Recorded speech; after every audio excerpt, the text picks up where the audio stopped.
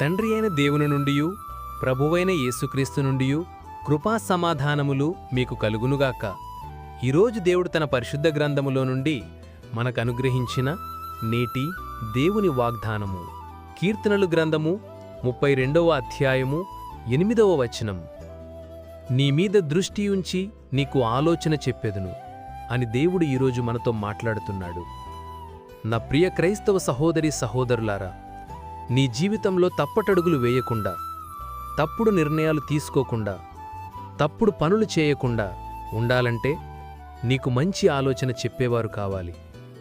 ఆ మంచి ఆలోచన నీకు చెప్పెదను అని దేవుడే వాగ్దానం చేస్తున్నాడు. నీ జీవితానికి అవసరమైన ఆలోచన దేవుడు ఎలా తెలియచేస్తాడంటే వాక్యం చదువుట ద్వారా తెలియచేస్తాడు. ప్రార్థించి కనిపెట్టినప్పుడు దేవుడు పరిశుద్ధాత్మ ద్వారా నీ హృదయంలో ఆలోచన పుట్టిస్తాడు. ఆత్మీయుల ప్రార్థనా పరుల ద్వారా తెలియచేస్తాడు.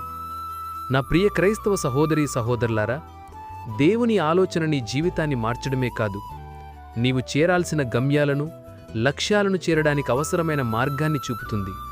ఎప్పుడో తెలుసా? దేవుని ఆలోచనలను అమలు చేయడం అనే ఆచరణ లక్ష్యం నీవు కలిగి ఉన్నప్పుడు. ఆచరణ పాటించలేని ఆలోచన సువాసన లేని పువ్వులాంటిది. కాబట్టి దేవుడు నీకు తెలియచేసే ప్రతి ఆలోచన ప్రకారం నీవు నడవడానికి, అమలుపరచడానికి నీవు ఇష్టపడితే మంచి ఆలోచన చెప్పి తప్పకుండా నీ జీవితాన్ని ఆశీర్వదిస్తాడు, దీవిస్తాడు. అట్టి కృప దేవుడు మనకు అనుగ్రహించునుగాక. ఆమేన్. ప్రార్థన.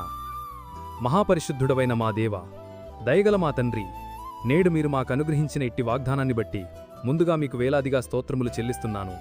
గడిచిన ఉదయకాలం మొదలుకొని నేటి ఉదయకాలం వరకు నీ కృపలో మమ్మును ఇంతవరకు కాచి కాపాడినందుకై, మమ్ములను ఇంతవరకు సజీవుల లెక్కలో ఉంచినందుకై వేలాది స్తోత్రములు చెల్లిస్తున్నాను. ఈరోజు మేము చేయబోతున్న పనులన్నిటిల్లోనూ, మా రాకపోకల్లోనూ మీరు మాకు తోడుగా ఉండండి. ప్రతి విధమైన దుష్టి నిబంధకాల నుండి మమ్మల్ని విడిపించండి. ప్రతి విధమైన వ్యాధి, బాధ, బలహీనతల నుండి విడిపించి సంపూర్ణ స్వస్థత అనుగ్రహించమని ప్రార్థిస్తున్నాను. ప్రతి ఒక్కరి కుటుంబాల్లో ఆర్థిక ఇబ్బందుల నుండి లేవనెత్తి క్షేమాభివృద్ధిని దయచేయమని నజరీయుడైన యేసయ్య నామంలో ప్రార్థించి వేడుకొనుచున్నాను నా ప్రియ పరలోక పరమ తండ్రి. ఆమెన్. దేవుని కృప, ఆయన నిత్య సన్నిధి కాపుదల సదాకాలం మీకు తోడై నడిపించునుగాక. ఆమెన్.